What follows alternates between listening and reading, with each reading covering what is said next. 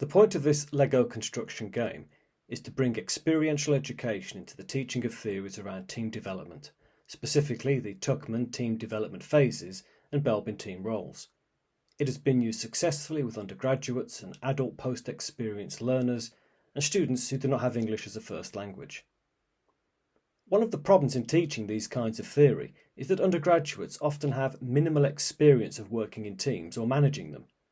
Post-experienced learners usually have experience of working in and managing teams, but the idea of theorising their practical experience can seem too abstract. Both groups rarely think critically about their experiences in teams until they grasp the application of theories of team role and life cycle. I created this Lego construction game to support the teaching of team theories and the critical evaluation of those theories. The game demonstrates the theories in action, allowing students to apply and critique them in real time based on their observations and experience. The theoretical basis for the game is rooted in the experiential learning literature. According to Lewis and Williams, experiential learning means learning from experience or learning by doing. Experiential education first immerses learners in an experience and then encourages reflection about the experience to develop new skills, new attitudes, or new ways of thinking. The game design was informed by the latest studies on the gamification of learning, such as Manzano-Leon et al. 2021, who defined gamification as the use of techniques to engage people, motivate their action, and promote learning and problem solving. Or Lameras et al. 2016, the creation of learning activities that may use the whole game or entail a gaming element. The design was further informed by the classic Keyes and Wolf 1990 paper, The Role of Management Games and Simulations in Education and Research in the Journal of Management. And for anyone that wants to develop this kind of thing, that is my #1 recommendation for literature. It makes the point that intellectual development comes after reflection and debrief, so a well-designed and executed debrief is going to be just as important as good game design. The game was designed to seek advantages that come from the intrinsic sense of play brought by Lego, the mild spirit of competition, the combination of kinesthetic, visual and auditory learning. But my design was also aware of the critique of gamification and the critique of experiential learning, the potential problems caused by a sense of competition and negative emotions, which are costly to students but also become work for the academic, as shown in Lund, Dean and Wright 2017, Tompkins and Ullus 2016, and particularly the ethics debate of Bradford 2018. And of course, the two fundamental theories that this game is here to demonstrate: the Tuckman phases of team development and the Belbin team roles. The game had to be designed to allow the students to both demonstrate and observe these phases and roles in use. Now here is an overview of the game. It is presumed that this game will be played after a lecture where theories of team working and motivation have been introduced. Firstly, the teacher has to purchase some identical small Lego sets. They should be the kind where the construction could be easily inferred from the picture. About 50 pieces is fine. In my game, I performed some sub-assembly beforehand to try to speed up their construction process. The game was designed to be scalable, so there can be as many student teams play it as the teacher has identical Lego models for. Each student in the class has to take a Belbin role inventory assessment and then keep quiet about the outcome.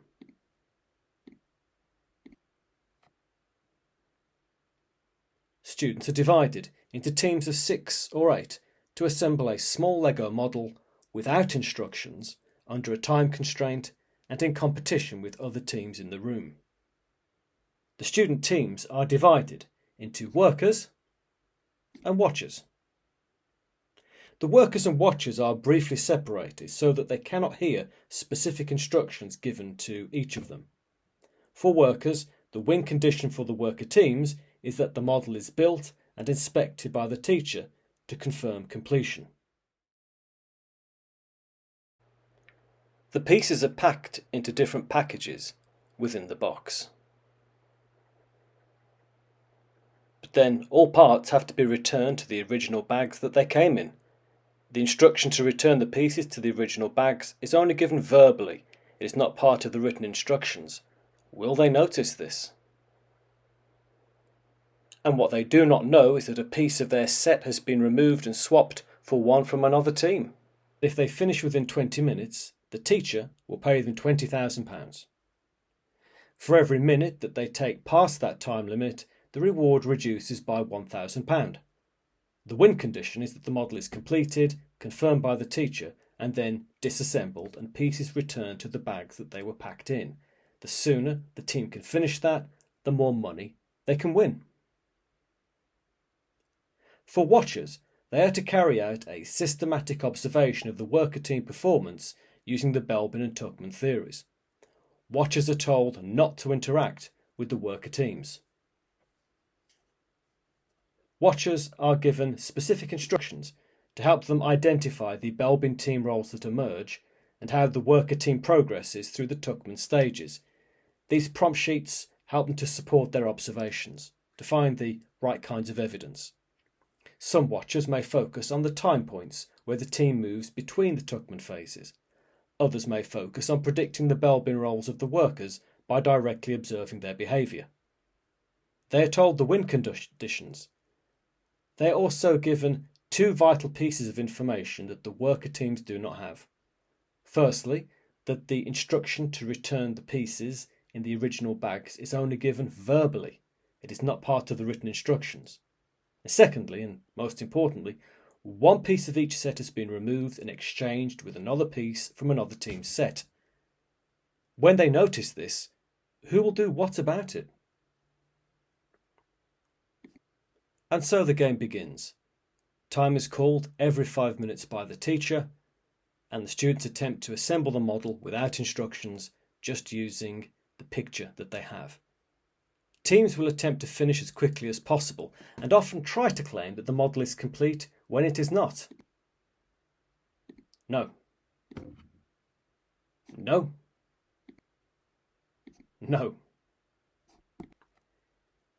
Within about 40 minutes, usually a winner will emerge, but not always.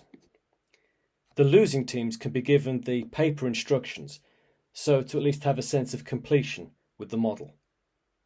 Of course, the team that completes the model first can only claim a win when everything has been disassembled and put back into the correct original bags. After 40 minutes, the game is ended, no matter what state the different teams are in. Then the debrief can begin. For the debrief, workers and watchers are given specific questions to discuss separately for 20 minutes, and then they come together for 15 minutes to compare observations and to create a presentation on their experiences, which is then given to the class. Watcher teams will collaborate over a final set of observations based on the instructions that they will be given. They will write these observations out on a timeline on an A1 or flip chart sheet. The watcher team will then prepare a short presentation on their observations of their worker team's performance as a team using the Tuckman and Belbin theories and their A1 sheet. For each key observation that they make, they will have to present evidence. The worker teams will each discuss and present their answers to the following questions. What about this task was motivating to you as a team, as an individual? What about this task was demotivating to you as a team or as an individual? Was your team successful? Yes or no? What do you think was the cause? The expected outcomes of the game are that workers tend to discover the extra or missing parts after about 10 minutes.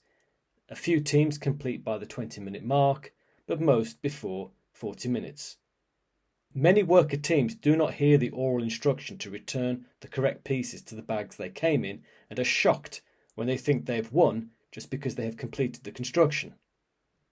Worker teams usually comment on the profound effects of working as a team, even if their motivation was low at the outset or dipped at any point. Properly briefed watchers are usually quite able to see the changes in the team performance across the Tuckman lifecycle. When this game is used in classes who know each other already, it can be expected that the forming stage will be minimal. They also notice that the process can go into reverse when a crisis or a new piece of information is received. There are often multiple stormings to observe. Belbin roles tend to be observed correctly only 50 to 60% of the time.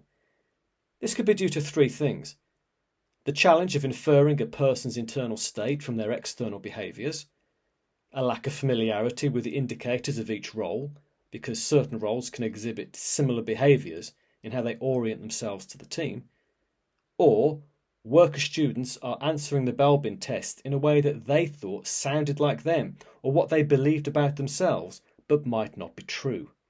In this case, the watcher's assessment might be the more accurate one. A good discussion on the usefulness of the Belbin team roles and Tuckman team lifecycle theories can be had, particularly on their limitations. Especially, this is where it is observed that someone's self-administered Belbin profile appears to be different to their observed behaviour. This exercise can be used to develop recommendations for team working, and for undergraduates, it's possible to discuss how the experience might parallel what they're expecting in the workplace. But there are some additional outcomes that can be had as well. The often dramatic effects of new information and the responses of team members could be used to talk about emergent change. The fact that apparent leaders seem to change is also often noted, which could be related to contingency theories of leadership. Some students lose heart and some plug on despite setbacks, which could be used to talk about resilience. Pressure is often noted, pressure from finding pieces missing and swapped, the time being called, from mistakes being made, from not listening to the instructions, from rejected models. This can all be used to talk about workplace stress. The worker teams are given a mix of written and verbal instruction. This is a good test of listening, and the point needs to be made later that successful teamwork involves establishing a collective consciousness of what has to be done, which they need to get right first in order to be right. Here are the costs and the time required to develop this game. It cost about £17.10 in total and took about 7.5 hours to develop. In use, you can see the various phases of the game, and in total it should take about 2 hours. There are, however, limitations to the game, human costs, and some expected events can occur. The main limitation is that all students cannot experience both watching and working, as after the first use of the game, they know what the game is, they know what the surprises are. Of course, this could just require a new surprise to be developed. Students rarely hear the instructions to put everything back in the right bag. They like to get their hands on the Lego. It's somewhat distracting. They don't pay attention to what comes out of the bag in the first place. It takes a lot of energy from the teacher in watching and dealing with questions and challenges, and negative emotions can be triggered in the students. The nature of competition between the teams can drive behaviours that are not always conducive to learning. Some students are determined to make the extra piece fit, even though the picture clearly shows that it does not belong. Students sometimes break apart the sub-assemblies of pieces that are supposed to make their work easier. Also, there can be, if there are overruns in time on setting up the game or setting up teams, this can lead to crashing the debrief. In experiential education, the debrief is where the learning is, and so that really must be protected. Here are some comments from learners who have played this game. Assessment of the impact of games on teaching often confuses student liking for student learning. Now here in these comments we can see that they have liked the game, but you also notice that they are reflecting on the experience that they have had, in one that it has been anxiogenic, in another that they feel that they understand themselves better.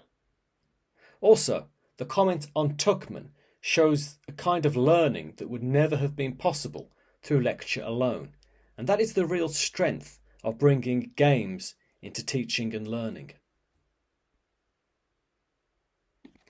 In conclusion, thank you for watching.